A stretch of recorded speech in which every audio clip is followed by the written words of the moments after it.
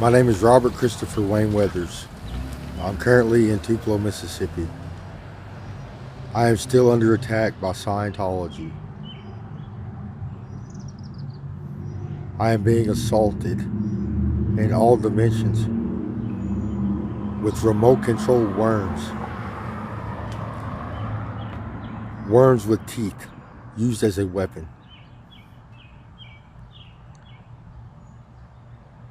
I can also hear their voices, and they force me to see things. So they force me to see them.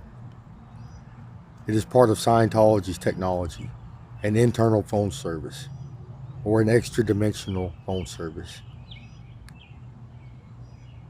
These people are trying to steal my intellectual property. That is the reason why I got abducted. That's the reason why they forced me to assimilate.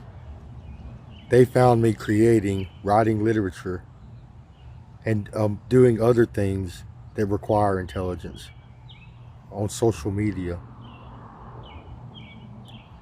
participating in politics, discussing politics, elected officials, environmental issues, laws, and participating in voting, trying to persuade votes, participating in politics. Yes, I also write literature.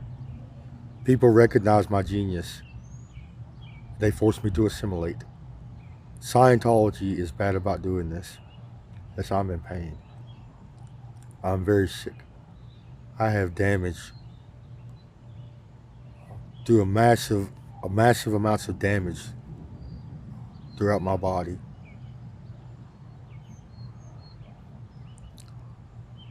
Severe brain damage. I am not a surrogate, and I have never been a surrogate. That's what they're doing right now. They're trying to claim that I'm a surrogate, that they wrote my intellectual property and not me. It is false.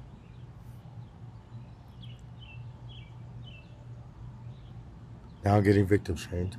He says I've done something wrong, which justifies their criminal behavior against me. It's a drug-related crime.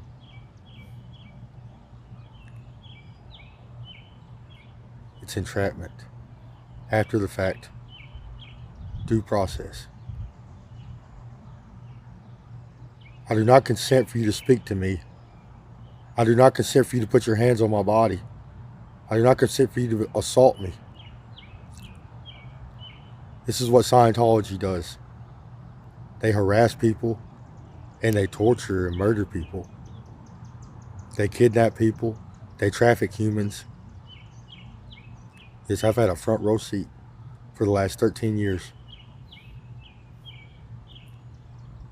At first, they kept their technology secret from me, but they still utilized it to communicate with me.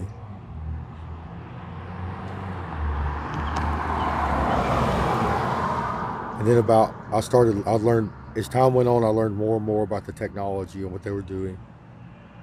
It has led to unnatural experiences. My writing career began at 3 or 4 years old. That's when I learned to read and write. It really began in like the 5th or 6th grade.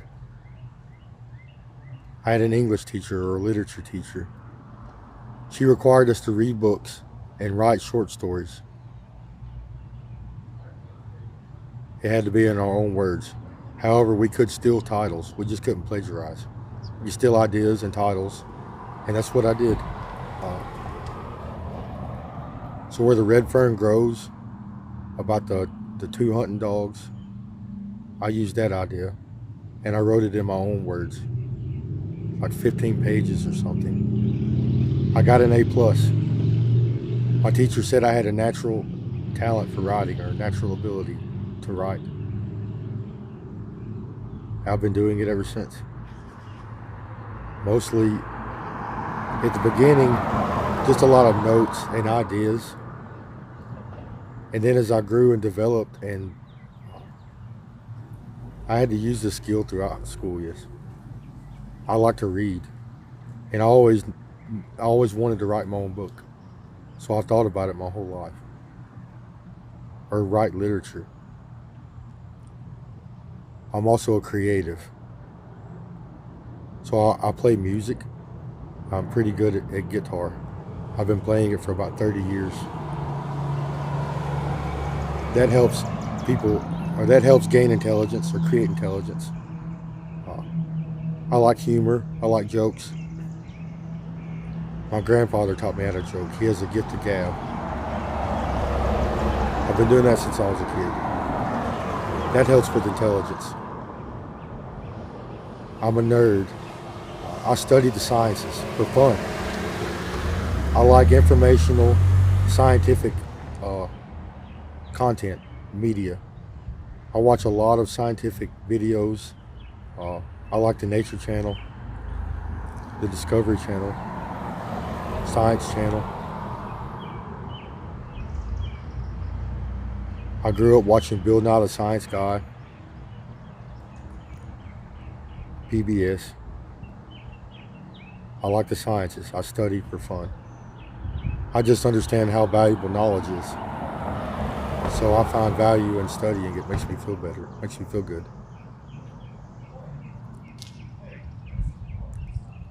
I see the value in participating in politics also. Trying to help our government become better. Better for the people, better for everybody. And also I chose a career that enhances creativity and intelligence. I chose tool and die making, or tool making, machine work. I had to learn how to read and write language, a different language, computer language, G-code, machine language. It's basically a whole nother language. It combines math and numerical commands to control machinery and PLCs. I had to learn PLCs. That increased my intelligence. I had good psychology teachers. So my dad has a mental disability and so do I. So I've actually studied mental disorders starting in my teen years. I was 17 or 18. That's when I first remembered it. That has helped me gain intelligence. I've had good psychology teachers to help me create my mind or my psychology. They taught me how minds are developed or psyches are developed and how to increase or how to make them better, such as learning about your id, your ego, your core values, how to condition yourself. So you have to give yourself experiences to create memories in which you can interact with the world with, and this increases intelligence. That's conditioning, what we are conditioned to do. And I have studied every branch of science on my own. I find it it's part of a goal that I want to achieve. I want to learn everything about everything, ultimate knowledge.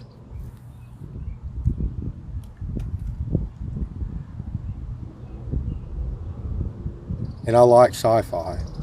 That's one of my favorite hobbies, to read sci-fi. Adventure fantasy. Eragon is my favorite book.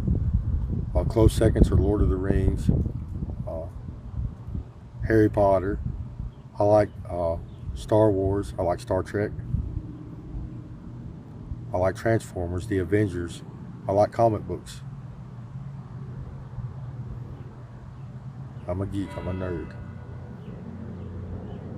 So all of these events or all of these experiences coupled with my goal to write literature and to create I forgot to explain about tool making. So I'm also required to create tools.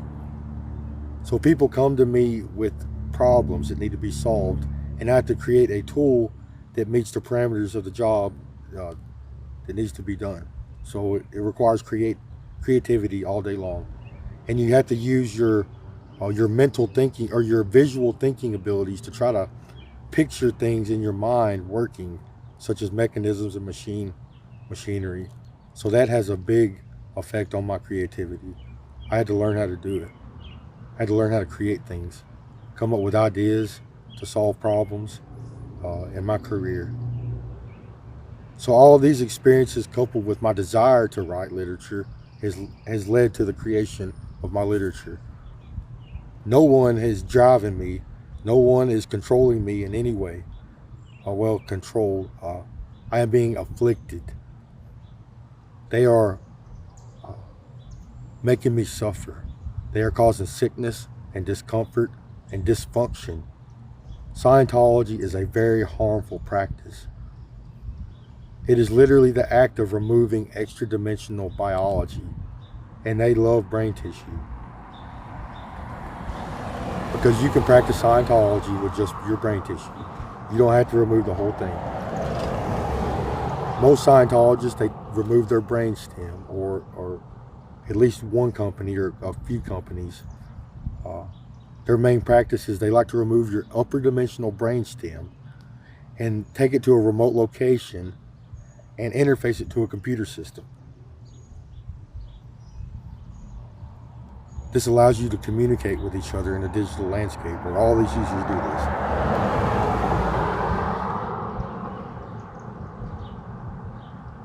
But to get back on point,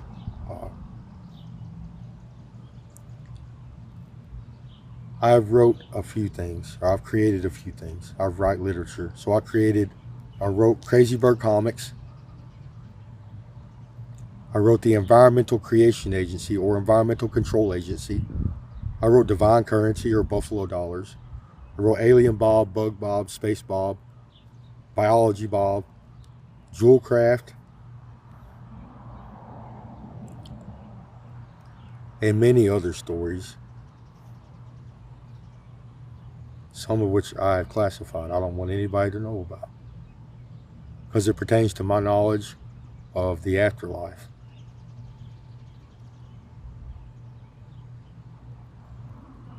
Scientology is something different. I denounce all religions. I am Native American. Their religion is Wakantanka. It's just a question. It stands for a scientific method, or asking the question, what is this? What is the universe? What is existence? Currently, humans classify this as the unknown. It's unknowable. And that's what Wakantanka stands for. Unknown. It's unknown from our perspective. And it's still unknown to me to this very day, even though I have extensive knowledge of the extra dimensions. No, I just don't have the ability to gain the evidence or create experiments to prove what exactly happened. I mean, the history is very important to the secrets of the universe, and that's all I'll discuss about it. But it is, when it comes to how the universe began, what was going on there, because I love the sciences. So these people had nothing to do with writing this literature.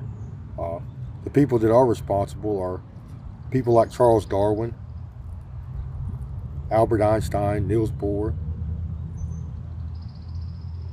Bill Nye, Neil deGrasse Tyson, Brian Cox,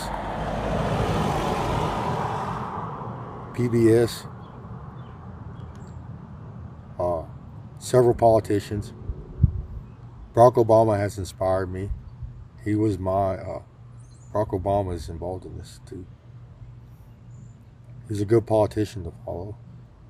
I don't like him. I mean, I don't dislike him. I think he could be better. I think he's conformed. He's having to do things he don't really want to do, but no one knows the right thing to do in today's times. We can't utilize the current system to produce the outcome that we need, basic necessities of life, and I call it optimal existence. He's conformed, yes. That reduces working intelligence or working knowledge. After people go through this conformity their entire lives, they kind of lose touch. They're not kids anymore. Their brains don't produce like they should. We already produced our ego and id and values. and all these things that it's hard to teach an old dog new tricks, so to speak.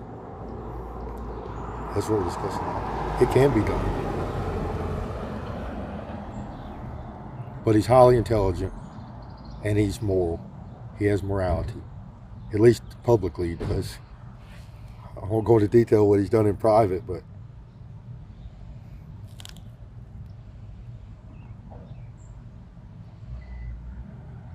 and then I've gained a lot of inspiration from entertainment, books and flicks, movies, sci-fi.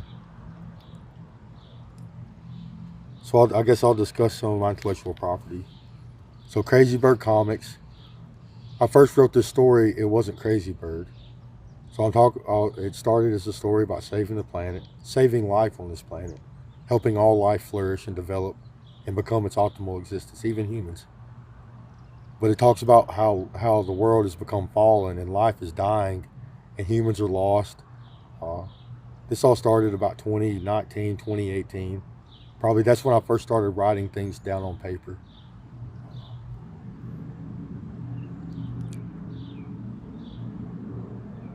That's when Crazy Bird Comics started. That's not the first thing I ever wrote. It talks about a Native American. Actually, first I didn't even say he was Native, just a human. And then I added that I was Native because that made sense to me. It was my coming of age experience, I guess. So I wrote Crazy Bird Comics, which is about a Native American saving the planet, superhero.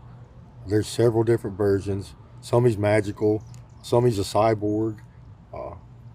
One is just a normal human being. It's me, I am Crazy Bird, that's my name. So becoming a scientist and saving the planet.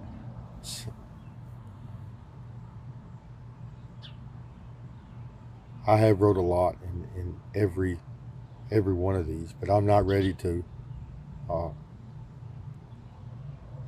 explain it to the public just yet. But so I wrote Thunder Beings, or come up with the title.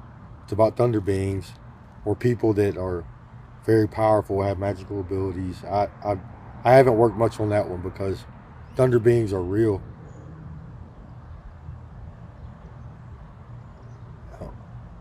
Then I wrote Buffalo Bob. It's about Crazy Bird getting older and getting a name change. I really wish that wasn't public, but that's one of my ideas. He becomes a monk and a philosopher and a teacher, maybe even a political activist, participates in politics, things like that. Then I wrote the Environmental Creation Agency, which is more of an idea. It's an idea for a new agency, but it requires a lot of literature. So it's a government agency that replaces the Federal Reserve and gives the right to print money back to the people, or to the people. But we can only do this under certain circumstances, or under certain pretenses. So we need morality to be our judge about how we go about doing this. Yes, and intelligence. So we need trickle-up economics. We want money to come from the bottom up, not the top down. So I guess I'll explain that in a moment. But we need basic necessities of life, resource allocation. Everybody needs at least the basic necessities of life. We need education, healthcare, housing, food, even communication devices, internet, light, gas, water. We need a way to provide this to everybody, every single human. It should be a basic necessity, it should be a right to achieve the basic necessities of life. Then it has to be renewable, state-of-the-art, mil-spec, the best we can possibly produce. So it's a government agency that is also a science council. It replaces the Federal Reserve. This council consists of cabinets that pertain to each aspect of reality. So there's a cabinet for healthcare, a cabinet for education, a cabinet for communication, a cabinet for housing, a cabinet for food, nutrition, agriculture, wildlife and fisheries, transportation, so on and so forth. And these cabinets consist of highly trained individuals, people that are trained to their field of study. And they have to be the best in their field of study, the best we can possibly produce. And they have to meet requirements. So they have to be highly intelligent, they have to have high IQs, and they have to have high morality. So they have to have good behavior and make good decisions, decisions that are good for the life around them or the life in our environments. And these cabinets approved the spending of another one of my ideas, which is buffalo dollars or divine currency. That was something I was going to do for religion, but buffalo dollars is the true name for this currency. So these cabinets approved the spending of buffalo dollars. And buffalo dollars can only be spent on approved products and services. They have to be approved by the ECA. These products and services have to meet requirements. They have to be state-of-the-art, mil-spec, renewable, or sustainably manufactured, and so on and so forth. The best we can possibly produce. And once a transaction occurs, this currency converts into normal money that can be spent on anything within the law.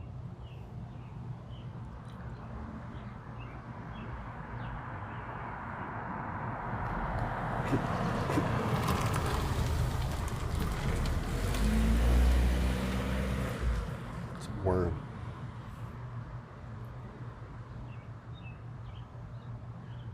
And one thing to note is all organisms in the universe get divine currency, not just humans. So the trees, the grass, the birds, the bugs, the bees, the mushrooms, the fungus, bacteria, they all get divine currency too. Even if it's just for euthanasia. So say we have a bunch of invasive species in a location. A biologist can get paid by the invasive species itself for euthanasia, to be killed, chopped down.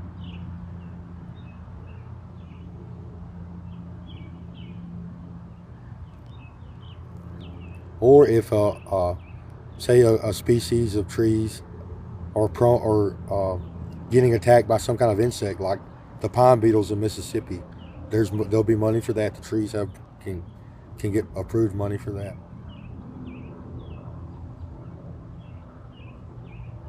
Yes, some organisms will be left out, like long grass, but it gets it. I can't help it. It gets it. That's logic, philosophy. Even the grass gets it, but I guess not to be cut. Yes, if there's some kind of blight or fungus, or you could probably get money for that for your grass. They're living organisms. You can do it either way, with just humans, but that's true, even the fish in the sea.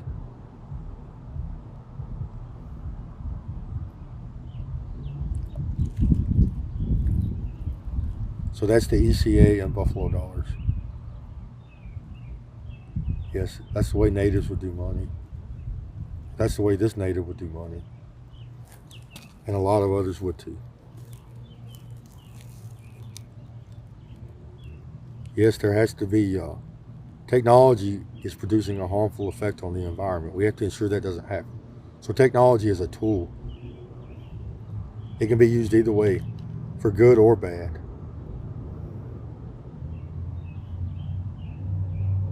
It's a powerful tool, just like money is being attacked.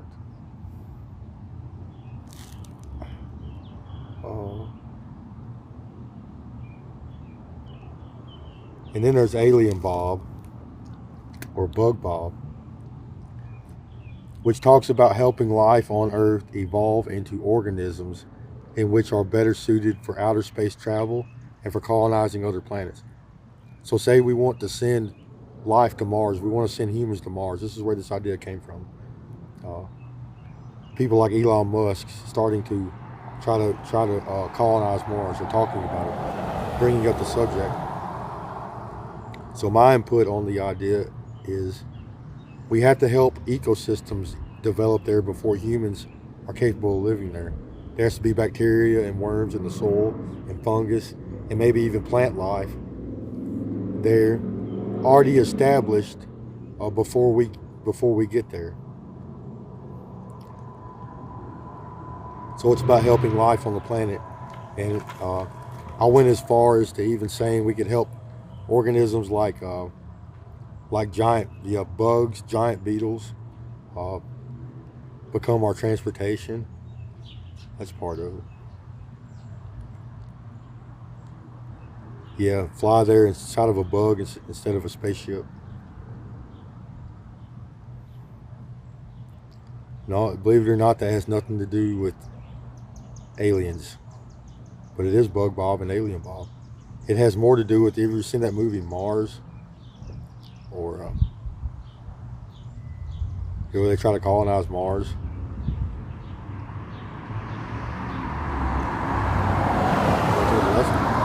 I wrote it way before I had knowledge of aliens or the extra dimensions. And it started with celestials, giant humanoids, and whales, space whales, water on the moon, trying to help life live in space. I explained it in another video, and I'll explain it more in detail after that, but it's true. And it's also about helping life on the planet evolve into its optimal self, or evolve into a higher being, such as helping lizards become lizard people, help them gain intelligence. And they can have that one, I don't care. Guess they want to steal my intellectual property. Yeah, lizard people probably were. Probably not, because I've been studying astrophysics and theoretical evolution for a long time. Those are my two favorite subjects. Astrophysics, or the composition of planets. I like to try to imagine other worlds existing and the life that could be created, or the life that could exist on those worlds. Planet composition and star system composition. It comes down to chemistry and composition, geometry, physics. So then that leads to the idea of creating planets. So if you had the ability to create planets, planetary systems, or star systems exactly to your specifications, what would you do? What would be optimal existence? What would be the best possible scenario that you could create, or the best possible star system and solar systems, using whatever elements or whatever chemicals, whatever elements you want? Yeah, that's what it is. Whatever energy or elements.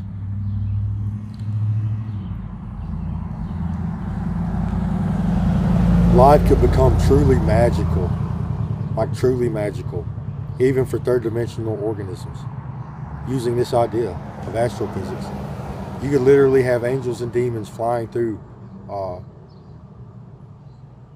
the sky on other planets, shooting fireballs at each other. That is possible in this universe. Flying.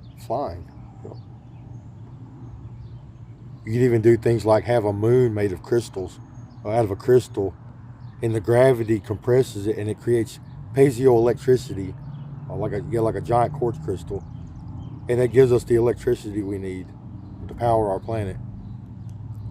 Create a planet like that. That's part of science.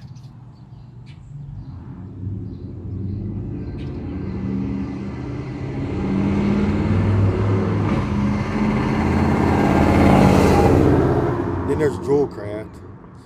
So I did most of these stories before the Crazy Bird story.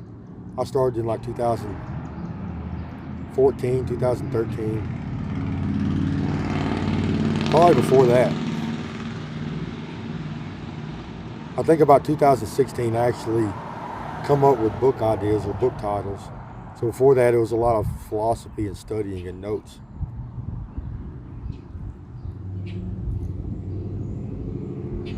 There's people sitting here trying to participate in my psychology, my speaking.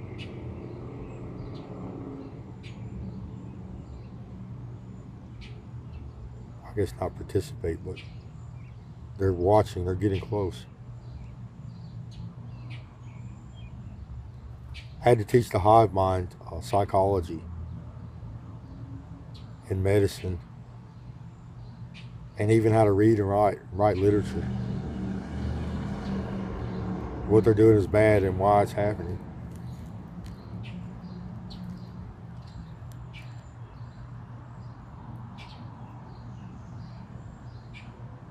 I'll check back in later.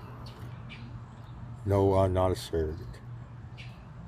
Yes, I am being forced to practice Scientology. This ain't Scientology. This is the worst case of Scientology anyone's ever contracted. Aliens coming down here and taking body parts back up to outer space.